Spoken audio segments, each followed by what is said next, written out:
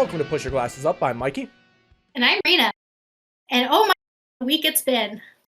It has been a long one with a lot of work, but feels good to get all of that content out. Yep. But we're ending the week with our conversation on Spider-Man No Way Home, as we just came back from the earliest screenings possible, the 3 p.m. Thursdays.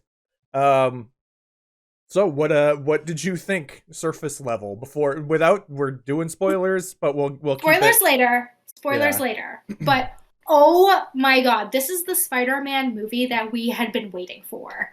This is literally like the multi-villain, like emotional core Spider-Man that we have been promised for so long, but like have fallen short. It was amazing. It was so good. Like I had to hold it in to like not text you like immediately, like when I got out of the movie because I knew we were gonna be talking. But Well, like also, I would have been driving, so I wouldn't have been able to see it anyway. but like all I ended up calling my friend, and all I could keep saying was, "Dude, dude." Oh, it was so good. And I did also cry, but I held it in. But my eyes are always dry, so like that felt really good to like have some moisture. But I thought it was like I'm gonna put that up there with like Endgame. I'm gonna put it up there with Endgame. That's a big statement for me. Yep. For me, this is a more important movie than Endgame. Because this is me we're talking about. Because as much as I love all things Marvel, Spider-Man is the one that goes back the farthest and has meant the most to me. And it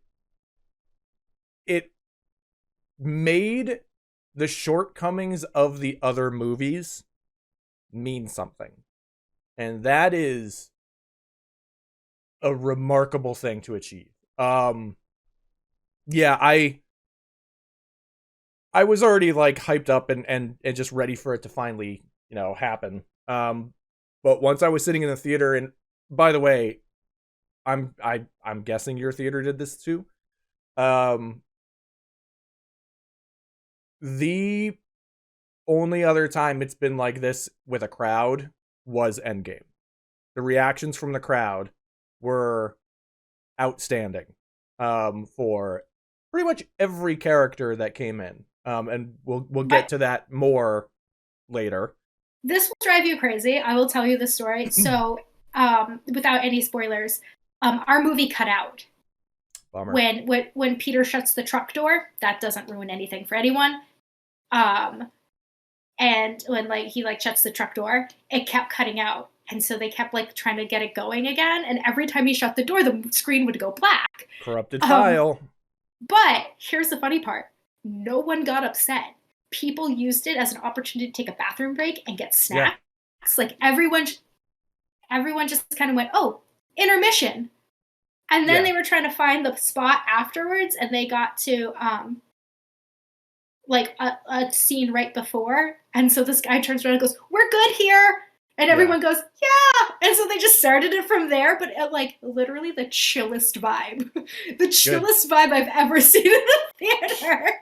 Good, because at the theater I worked at, I was not there at the time, but the projectors went out during Endgame, and people were real shitty to the staff. But that's what I mean. It's like I was very shocked that everyone went, oh, I have a chance to run to the bathroom. Yeah. And like came back. Well, especially, I mean, it's an AMC. You get 25 minutes of trailers, and the movie's 2.5 hours long. You have a lot of time sitting there with things building up. So, yeah. So if you were at Assembly Row at the first screening of Spider-Man in Dolby Theater, I appreciate you guys. I appreciate everyone's chillness during that little glitch. And I assume they probably gave people passes. No, they got it going. They got it going pretty quick. That's still that's. No one even said anything. No one came in. Like everyone just kind of was like, "All right." That's a no on customer service for me. Everybody in that theater gets a pass if it happened when I was working at the theater. Oh. Yeah, but regardless, now we're talking about not the movie.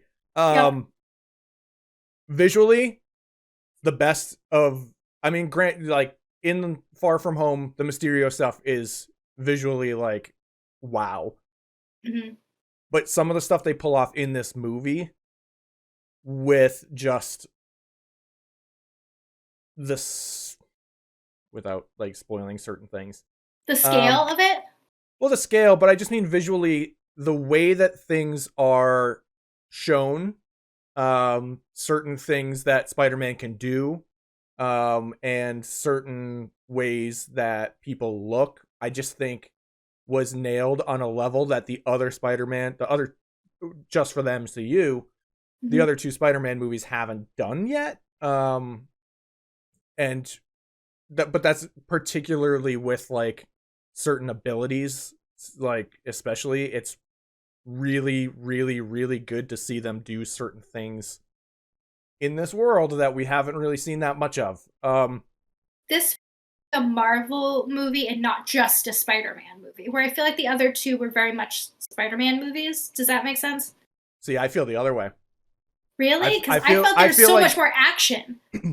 well, we're saying opposite things for different reasons, I think. For me, this felt like a Spider-Man movie the way that Tobey Maguire's Spider-Man movie #1 felt like a Spider-Man movie. Like, the other movies felt like Spider-Man in the MCU, and this feels more like I think we were saying this with our, like, talking about the Amazing Spider-Man, and it's like something, or maybe it was on the last episode, the MCU stuff, where it never actually captures, the MCU stuff never actually captures an isolated Spider-Man story. It's always, like, super connected to MCU stuff, like whether it's Mm-hmm. the Tony stuff, which is great, and, like, the Nick Fury connections in Far From Home, all that stuff is great, but it never captured the magic of an isolated Spider-Man movie, and I think this does that. Makes sense though, because instead of Spider-Man being a part of someone else's story, like someone else is a part of his story, like Doctor Strange is part of his story, Yeah, and not the other way around. right. Yeah, he's not. This is a story about Spider-Man stuff, Mm-hmm. whereas the other ones are either Spider-Man's connection to another character from the MCU or getting over the connection of that same thing. Whereas Mm-hmm. this is finally him, even though he has the help of Doctor Strange, it's his problem that needs to be solved, as opposed to proving himself in the shadow of somebody else. And Mm-hmm. for that reason, I think that this captures that, like, something that was there with other, like, just make it feel like a Spider-Man movie. So yeah. All right, do we want to get into it now? Yeah, let's do the spoilery stuff. Okay, if you haven't seen it, stop listening. We're not responsible and for watching. ruining the Stop listening and movie. watching. Don't, no, okay? Like, Yeah, just this is your warning. Okay, we've said it. because we're not going to be able to go. I'm not going to time code it and be like, okay, they stopped. We're just doing spoilers now. Yep. They, and it's something we already knew just by assumption, they handled the multiple Peter Parkers so well in this movie. So well. I'm really glad now that we didn't see it before, because the context in which they come to, like, be there would have been totally lost. Yep. Yeah, that scene at Ned's house is fantastic. And that was another nice little thing, is the Ned's ability coming through. I do like that they, like, I talked about this in the last episode, how a different version of Ned is a villain, and that's a running joke from, like, halfway through this movie on, that he's promising that he's not going to become a villain. But yeah, the stuff they do with every version of Peter, and they do it in a good, like, modernized way, where they it's not just Toby's Peter is, the same one that was in Spider-Man 3. He is aged more. He is a little bit more like almost father figure between the three of them. And then Andrew Garfield is a little more older brother. And it just works so well. It had like that good vibe from like Into the Spider-Verse where we had like the older Peter Parker kind of mentoring Miles like a little bit. It had like that vibe, but like to your point, much better. But not as much of like loser Peter B. Parker with it. Because they all have their moments that they allude to. But it's never like neither of them gets to the point where they're like, I felt like giving up. Like they felt like giving up, but they didn't let themselves do it. Whereas Peter B. Parker was like schlubby, like letting himself go. And so, it was just absolutely fulfilled everything that I could have hoped for. Because for me, there's a lot riding on this movie because it's massively important to me for not just the movies, but the character in whole. Has been a huge thing in my life for a very long time. So I'm very, very pleased with how that worked out. And I'm super happy with the route they took, which I like our trailer reaction thing. I think we talked about it a little bit where he's trying to save them. Like that's the key is this Peter is going to go above and beyond to save them. Even if like with Doc Ock in the original Spider-Man 2 sacrifices himself, Peter's going to try to find another way so he doesn't have to sacrifice himself.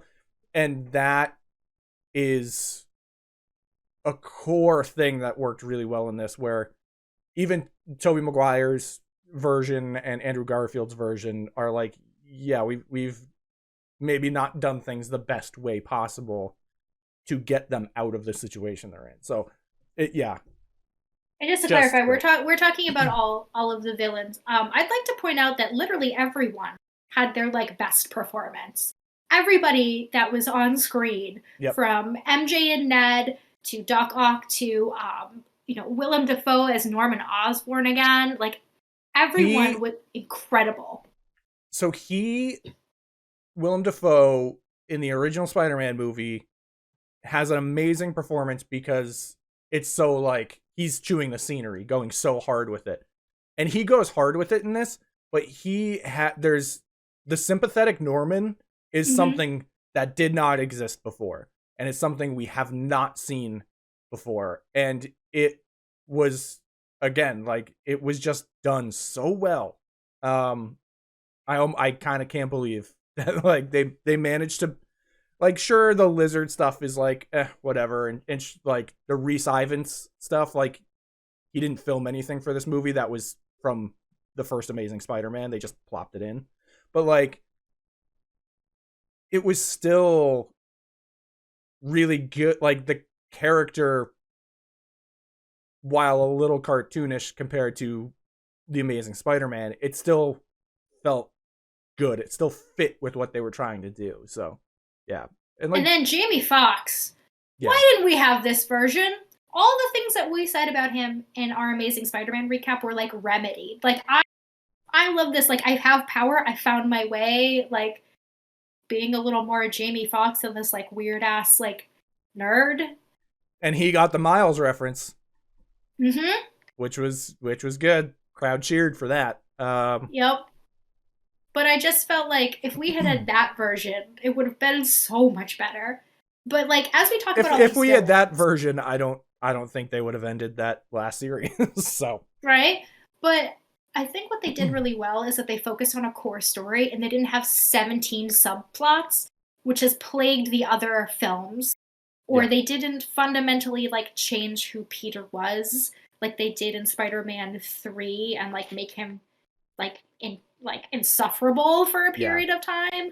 They kept his relationships at his core and didn't feel the need to like that wasn't his character development, like breaking apart the relationships like they've done with Mary Jane so much in the first like trilogy, and then with even a little bit with Andrew Garfield and just like the destruction of everything. Like Yeah. in this Spider-Man, he has a core. Yeah. Like that, the Scooby Gang. Both of the Sam Raimi and the Mark Webb Amazing Spider-Man movies had phony conflict with the relationships. Like the first Amazing Spider-Man didn't have it, but the second one, we talked about this, like it has will they won't they bullshit that goes on for too long and happens too many times, and that's the entirety of the Sam Raimi trilogy pretty much. And it's good to finally see them be like, no, we don't need that. We can have a support system for him, while still acknowledge, like they straight up acknowledge in a meta way, like it's complicated for like with Toby and his MJ. But yeah, it's all of those little things that didn't work out in the like in the too many villains things. They managed to streamline. Like it makes sense for them to just be like, okay, yeah, now they're in the same room for a reason that doesn't have to worry about them meeting somehow. Mm-hmm. Like they don't, like the Sandman and Venom thing where they meet in an alley. Like they don't have to do that stuff. So everything just streamlined really well, and it made the movie not feel long. It's 2.5 hours, and it flew. It felt like a clean 2 hours. Granted, the last, pardon me, the last 30 minutes, I want to say, is all one extended sequence pretty much, but like it still moved, it still went. And I think part of that is just the good fan service that carries a lot of that, because if it was like bad fan service stuff where it's just there to be there, it would be detrimental and would make it feel like it was dragging. Whereas this is just like, no, this is everything we want to see. We want to just see them interacting with each other and feeling like they're characters. And it just pushes everything in the right way. And then like it culminates in that, like my patented scale of movies of how many times I cried was 5. I had 1.5, but that's like huge. That's a lot for you. Yeah. That's a lot for me. And on that day, his heart grew. His eyes was big. But yeah, like the part that hit me the hardest, where I was like uncontrollably sobbing, was when MJ fell. Oh, that moment for Andrew Garfield's Peter Parker is outstanding. And it's weird to say that in The Amazing Spider-Man 2, the Gwen death scene is the best part, because it's a weird thing to say about like such a tragic scene, but it is the high of that movie that most of that movie isn't. And so to encapture that whole movie, it kind of like is that scene. And so for them to flip that, to give that to him, and it was rumored, like not rumored, but people were guessing like that's probably what's going to happen. But that doesn't take away from the fact that it's like that hit so hard. And that's when I was just like, it wasn't like big like sobs, but it was just like water fountains out of my eyes at that point. When he asked her, "Are you okay?" and she's like, "Yeah." Are you okay? She turns it around, and you're like, because we all know gravity. Nobody asks the hero if they're okay. But like, I mean, I think what made this movie really special is that they played to everybody's like core character, right? So, you know, that was a core part of like what happened with that Peter. Then if you take like Doc Ock, for instance, You know, like he had a really good relationship with Peter before the chip got destroyed and the arms took over, right? Like Oh, he was when his vision clears and he sees Peter for the first time, and it's that you've grown up, and it's just like, oh, that's but beautiful.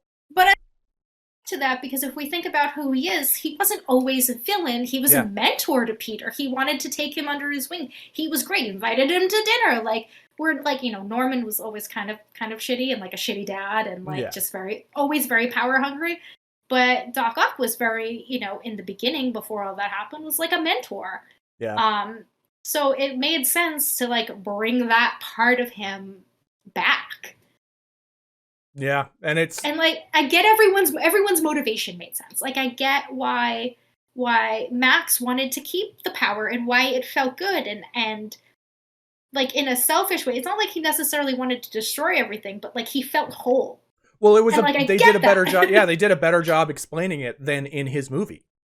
Um, Exactly. and it's fascinating how they were able to balance all of that, considering what this is. Like, yes, they have sort of done it before with like Endgame with Marvel Studios, but like Sony's side of things when it comes to, you know, making an event movie like that is not really the best track record. So the fact that they were able to actually pull that together is astounding. And it's just, there are shots in this movie that I'm just gonna like forever just like have that image, like a still shot of that. And when Peter looks up and sees them silhouetted by the moon and sees the two other Peters silhouetted by the moon, that is one of my favorite shots of any superhero movie of all time. Just to see You know, that, and then to see them all three land on the head of the Statue of Liberty, like, ugh. you know what got me was right before he saw the two other Peters when he's on the roof and he just breaks down and MJ When and they Ned hug, are just they're just hugging him, but like that made me. That was the one I broke. Not when May passed away. Not when May died. yeah, That was sad, but like the because he aftermath of finally it. loses it and because Yeah, they're right there and the two of them are like equal weight. They are a I'm trio. pretty sure that that is the longest single shot of the movie. Is just a very very slow pan in on them hugging him, and it is fantastic. God, Tom Holland is the most heartbreaking crier. Like, so, He like does it well. when he is upset, it just like it crushes me inside. I was talking about this on the way home. It's like nobody hurts this Peter. Or I want to like literally You like don't burn do the this to earth. Billy Elliot. Right? Exactly. Like I mean, Tobey Maguire kind of has a punchable face, and like that's okay, and like a little bit with Andrew Garfield, but like, don't you touch this Peter? Like, I have never felt so protective of Toby's a character. Toby's crying is very much acting crying. Like Mm-hmm. like you're trying to cry. Andrew Garfield's is like not over the top emotional, but like just intense emotional. And this is just like it's Crumbles. just sadness. It's just sadness. And it works. He is tremendous with it. And it like he's always been good with that. Like just at the like you can do it Spider-Man moment in Homecoming when he's being crushed, like you see like the way he's crying out like somebody help in that moment is just ugh. He does a really good job. But yeah, Phenomenal. you touched on the May part. That Um I didn't like that because I like her so much. I mean, I felt like her getting injured would be like enough, and I don't know. I don't like killing off female characters to advance male character stories all that much. But I mean, she is. We don't have Uncle Ben to in be this. fair, we didn't see the male version of that already happen in this universe. It's true. It's So true. this is just a matter of Peter losing people. But again, she's Yeah. just so like so fundamentally good, and we like love Aunt May. Like Yeah. all Aunt Mays are great. Don't It play just 2018's Spider-Man video game if you don't want to see that happen, by the way. Because that was the first time I saw that happen. It was rough. but it's just like I feel like for him after like I felt like his original loss was losing Tony, and like that was like his big Right. loss, and then to have another big loss, it's just Yeah, it's a ugh. lot, but also unfortunately very Spider-Man. I Um, know, I that is know, but that is the Parker luck of it is his biggest worry is his reality, and mhm. it's unfortunate, but that's sort of the way that the world turns for Peter Parker, and it sucks because like even in moments in this movie when like like when Doc Ock gets the new chip and he is finally clear-headed, even then, like when he comes in later and he has the he's holding the arc reactor and he says the power of the sun in my hands for the second time in this movie, which remarkable that they were able to do all of those like quotes from the other movies multiple times for some of them, and it never got old for me. It's fantastic. Um, but even in that moment, I was like, "No, it's Spider Man. He could still just say like, this is for me now,' and like Mm. bring it into him." Um, but yeah, I have this unfortunate thing with Spider Man where like, oh, I guess it's sort of the thing that MJ does, which is like, Mhm. I kind of expect the worst. So I can't be disappointed when somebody, or it wouldn't be disappointed, but I can't be devastated because I know somebody's probably gonna die. Um, but But it still devastated me. It still crushed me. uh, but speaking of MJ, I thought she was phenomenal in this because there's like a subtle thing that Zendaya does where she's like, oh, sarcastic, like disappointed all the time, but when she's with Peter, she softens Yeah, and she's she like, lets herself be herself.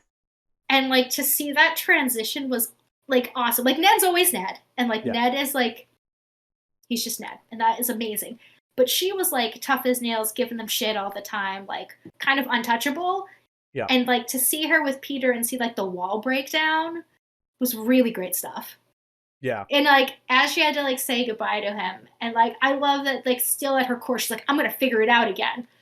Because she's It's still very very good. That was a determined. very good line. Oh, Yeah, it just it boils down to like they know how to handle characters with Marvel Studios.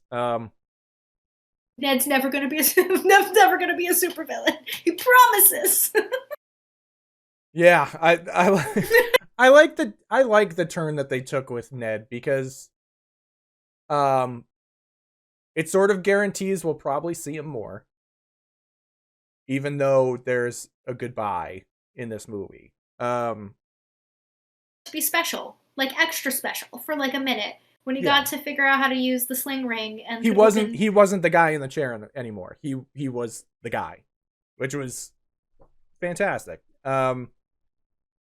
But yeah, like just like the May stuff going the scene after Peter has Doctor Strange make everybody forget who Peter Parker is, which is first of all well done for hiding the way that they actually were going to handle that because everyone knew that they were doing the initial spell. Like we all knew they were doing the first spell of I need the world except for this handful of people to not know that I'm Spider-Man. And then to flip it entirely so that it didn't work at all, but then to go back to it again. But like that extra level, once he loses May, he is in that position of like I just need, and it solves a problem that I think a lot of people do have. Like I love these Spider-Man movies. I completely understand though people's issues with the connection to the MCU and how too many people know who Spider-Man is. And it does remedy that. Like it completely fixes that situation and it makes going forward the Spider-Man movies will be Spider-Man movies. Um it's a rough thing to accept those characters having to separate off, but like going forward it will probably feel a little more like that classic Spider-Man.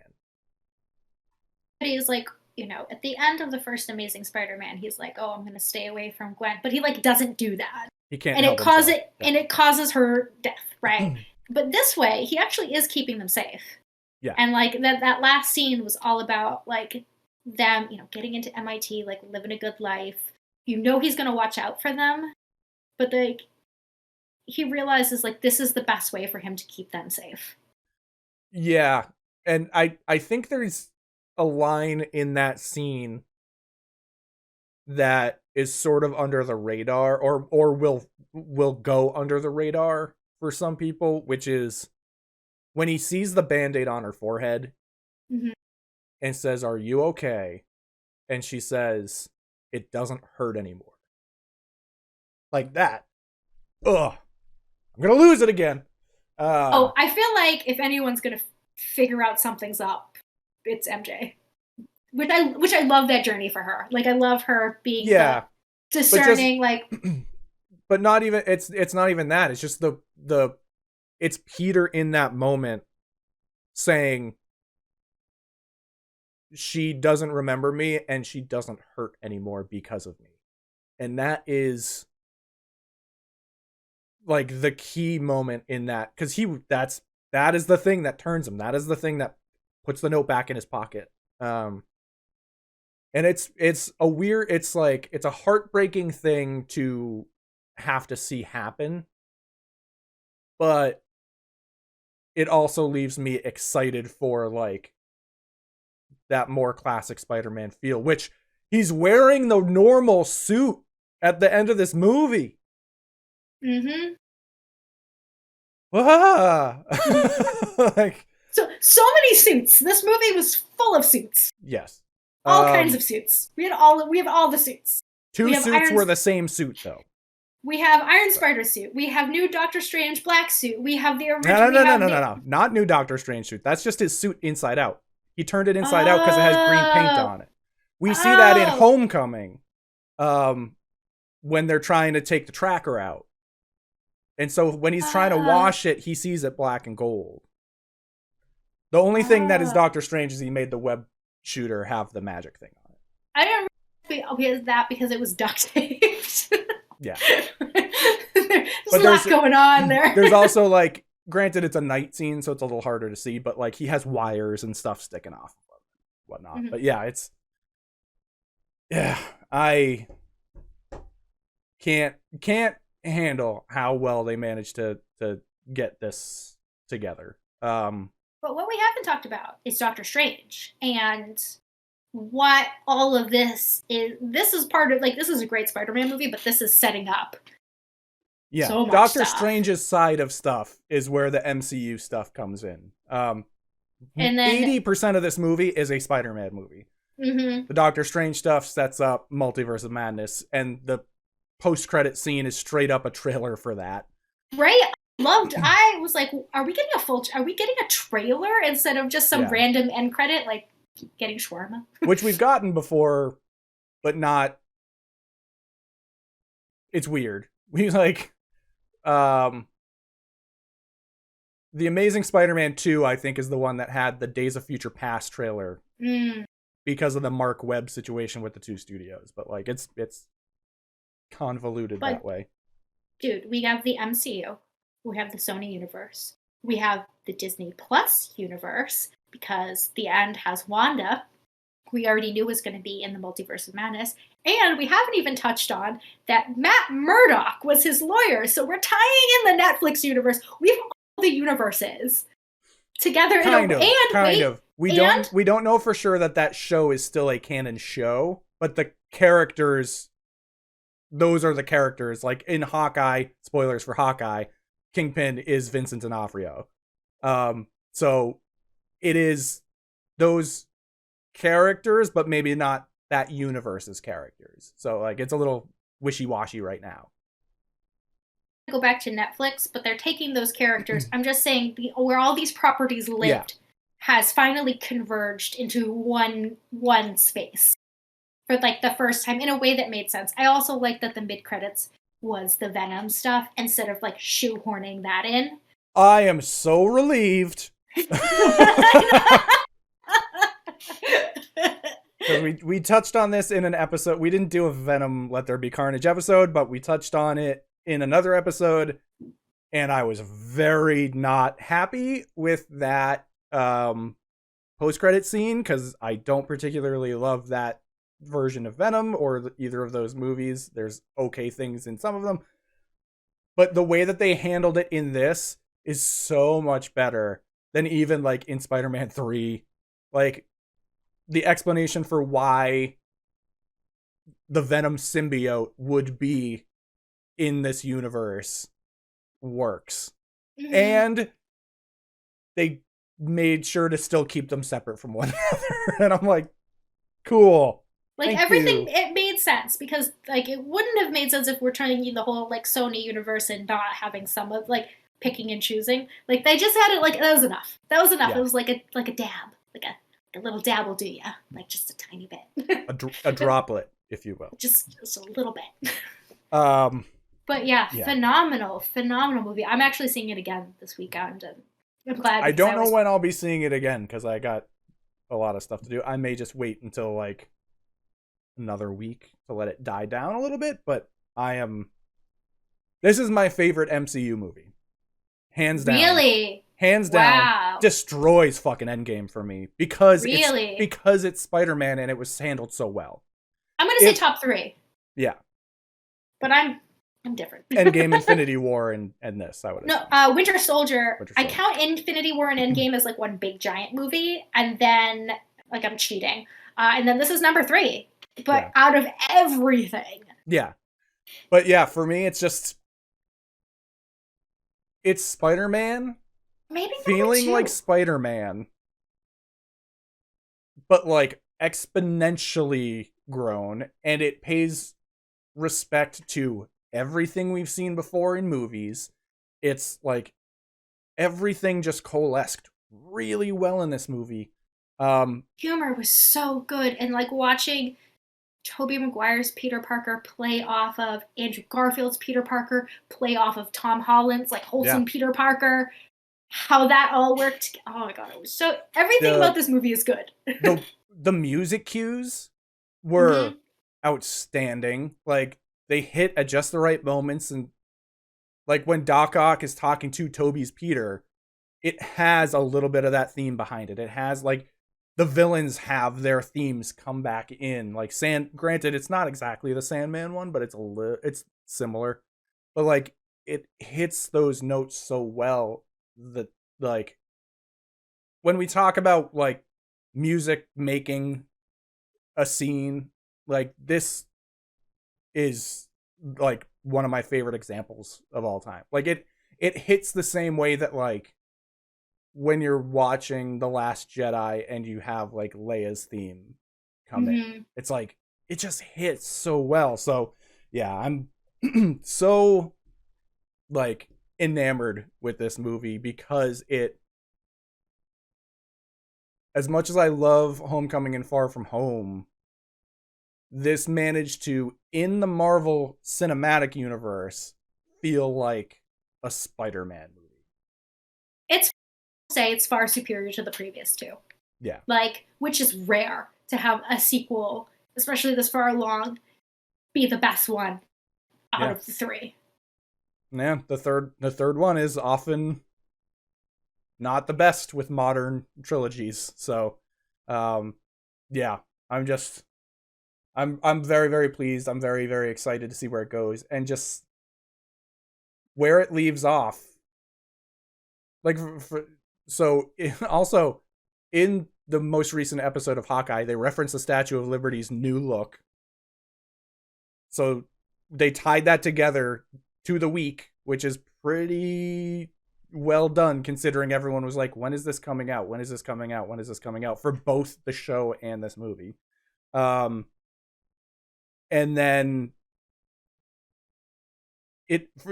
we got Spider-Man swinging at wintertime, which is something I've just wanted for a long time. So yeah, we didn't mention was J. Jonah Jameson as the Alex Jones of this universe. Yeah. That was so I mean, we kind of funny. already knew about that, but the cutaway to him being in like a garage was great. Like the vitamins, when he pulls Yeah. out the vitamins, oh my Yeah. god. I like this is, and like the Daily Bugle like .net, and when they Yeah. mentioned it's like a questionable source, like I love that they just took the character there. Yeah, it's a very good way to modernize that character. But yeah, that's everything with this movie is like they did a really good job modernizing and not going too far like with their modernization. They made shit work. And yeah. That might be all I got cuz I'm still processing because we both got out of the movies an hour and 40 minutes ago basically. So yeah.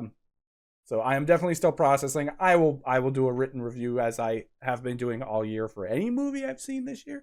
But yeah, it's good. I need to like sit with it. I just need to ruminate and just like let it wash over me, and then I'll go see it again and let it happen again. So yeah. Like phenomenal action, phenomenal storytelling, phenomenal performances. I mean, I don't know what else. Yeah, I'm with you. I don't know what else we could possibly say. The thing that I started to mention, but I kind of sidetracked on was Happy and Peter at the cemetery. Oh yeah. Rough for Happy. Like I think the movie was rough. Well, no, I think I brought it up in the MCU episode where he's sitting with Morgan and just said like the hamburger thing, the cheeseburger thing. It gave me that again, where it's just like, this poor fucking guy. It's like losing every friend he has. It sucks. He still got Pepper, I would assume, somewhere. But like he lost Tony. He lost the woman he was in love with, but also like weird about. Yeah. And he doesn't even know that he lost Peter. Mm-hmm. And it's yeah. So on that dour note, I was gonna say I did like how they connected May and Tony in the way that they helped people and that their legacies will live on. Like I really liked that like connection. Yeah. It was sad, but it also made it really powerful. Yeah. Like that's the thing is Peter loses people,